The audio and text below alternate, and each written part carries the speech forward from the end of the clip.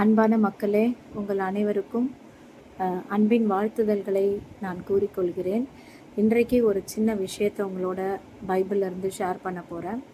அது ஒரு ஒருவனை பிசாசு அலைக்கழித்து கொண்டிருந்தது. அவனுடைய குடியிருப்பு எங்கன்னு பார்த்தீங்கன்னா கல்லறை தான். கல்லறையில தான் அவன் சுகமாக தங்கி வாழ்ந்துட்டு இருந்தான். அது அவனுக்கு ரொம்ப கம்ஃபர்டபுள் ஜோனாக இருந்துச்சு. ஐயோ, நம்ம இங்கே இருக்கோமேன்னு அவனுக்கு தோணவே இல்லை.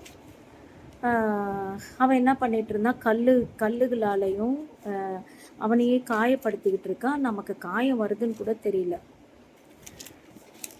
அப்படிப்பட்டவனை ஆண்டவர் பார்க்குறாரு. அவர் கடற்கரையிலேருந்து இந்த சைடு வராரு. வரும்போது அவனை பார்க்குறாரு. அவன் வரான் எதிர்க்க. அவனை யாராலையும் சங்கிலியால் கட்ட முடியாமல் இருந்தது. அப்படியே கட்டினாலும் அதை தகர்த்து எரிஞ்சிருவான். இது நம்ம இந்த நிலையில் இருக்கிறோன்னே அவனுக்கு தெரியல. அப்போ ஆண்டவர் என்ன பண்ணுறாரு, அவனுக்குள்ள ஒரு அசுத்த ஆவி இருக்குதுன்னு என்பதை கண்டறிந்து அந்த ஆவிகளிடத்துல பேசுகிறாரு, இவனை விட்டு போகணும். உடனே அவன் சொல்கிறான், என்னை இந்த மாதிரி என்கிட்ட பேசாதீங்க, என்னை அப்படியே விட்டுருங்க தயவுசெய்து அப்படின்னு கேட்குறான். ஆனால் அவன் தன்னை மாய்த்து கொள்ளக்கூடிய சூழ்நிலையில் இருந்தான். இன்றைக்கு கூட அநேகவர் நம்ம அந்த கல்லறை என்ற குடியிருப்பில் இருக்கிறோம் இல்லையா, அந்த மாதிரி நிறைய கஷ்டத்துலேயும் வறுமையிலையும் சாபத்துலேயும் நம்ம என்ன பண்ணுறோன்னா இருக்கிறோம். ஆனால் அவனுக்கு அந்த நிலையில் இருக்கிறோன்றதே தெரியல. நல்லா தான் இருக்கேன்ற மாதிரி நினச்சிக்கிறான். அது போல தான் நாமளும் நிறைய வருத்தங்களில் சாபங்களில் நிறைய துன்பங்கள் இருக்கிறோம். ஆனால் நம்ம என்ன நினச்சிக்கிறோம், நல்லா தான் இருக்கோம்னு சொல்லி ஒரு மாயமான ஒரு எண்ணத்திலே நம்ம வாழ்க்கையை கடந்து ஓட்டிகிட்ருக்கோம். ஆனால் அது இயேசுவானவருக்கு நல்லா தெரியுது.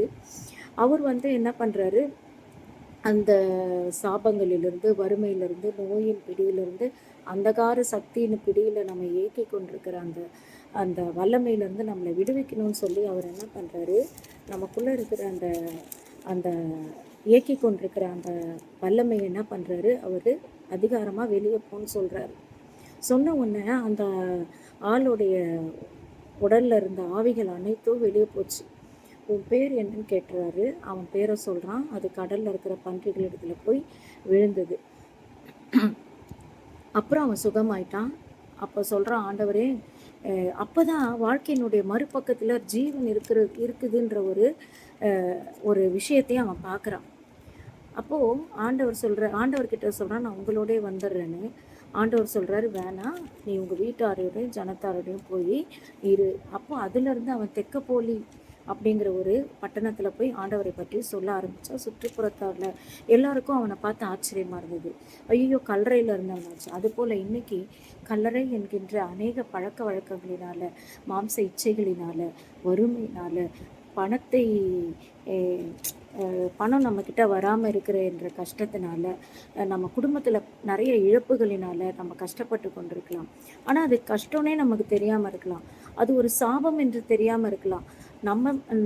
நம்ம அதில் சுகமாக இருக்கிற மாதிரி இருப்போம். ஆனால் அதிலிருந்து அநேக அநேக இழப்புகள், அநேக தரித்திரங்கள், அதன் வழியாக தான், நம்ம சாபங்கள் வழியாக தான் போயிட்டுருக்கோமே ஒழிய அது ஆசீர்வாதம் இல்லை.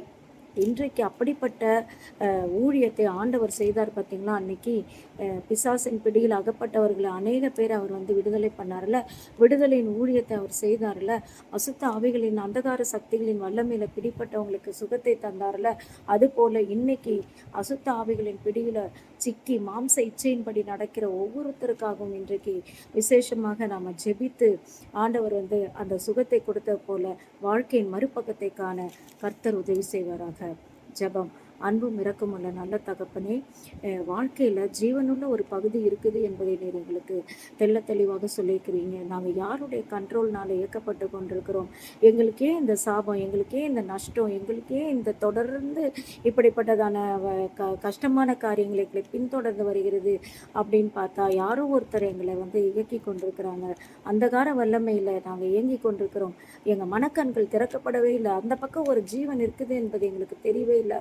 ஆண்டவரே உம்மை நோக்கி எப்படி அந்த அந்த அந்த மனுஷனை நோக்கி நீங்கள் வந்தீங்களோ அது போல் எங்களை கண்டு எங்களுக்குள்ளே இருக்கிற அந்த பிசாசனுடைய வல்லமைகளை நீங்கள் அகற்றி ஆண்டவரே நாங்கள் வாழ்க்கையின் மறு பக்கமான ஜீவனை அப்பா நாங்கள் தேர்ந்தெடுத்து கொள்ள இன்றைக்கு எங்களிடத்துல நீங்கள் அபிஷேகம் அப்பா, விரட்டுங்கப்பா எல்லா அந்தகார சக்திகளையும் வல்லமைகளையும் அப்பா இப்பொழுது இயேசுவின் நாமத்தில் இயேசுவின் ரத்தத்தில் விரட்டுகிறேன் அப்பா. புதிய ஜீவன் இறங்குவதாக, புதிய ஞானம் இறங்குவதாக, புதிய இயேசு கிறிஸ்துவின் வல்லமை இறங்குவதாக, புதிய அபிஷேகம் ஒவ்வொரு மேலும் இறங்குவதாக. ஆண்டவரே thank you Lord, thank you Jesus, thank you wonderful Lord. அப்பா நீர் இந்த காரியங்களில் ஜெயத்தை கொடுக்கிறீர் சுவாமி. என் கண்கள் குருடாக்கப்பட்டிருக்கிற நிலையில் இருக்கிற ஒவ்வொருடைய சிந்தனைகளிலும் எண்ணங்களிலும் கர்த்தாவை உம்முடைய ஆவியின் வல்லமை இறங்குவதாக. ஹல்லேலூயா. ஜெயத்தை எடுத்துக்கொள்வாராக. இயேசுவின் மூலம் ஜெபிக்கிற நல்ல பிதாவே, ஆமென்.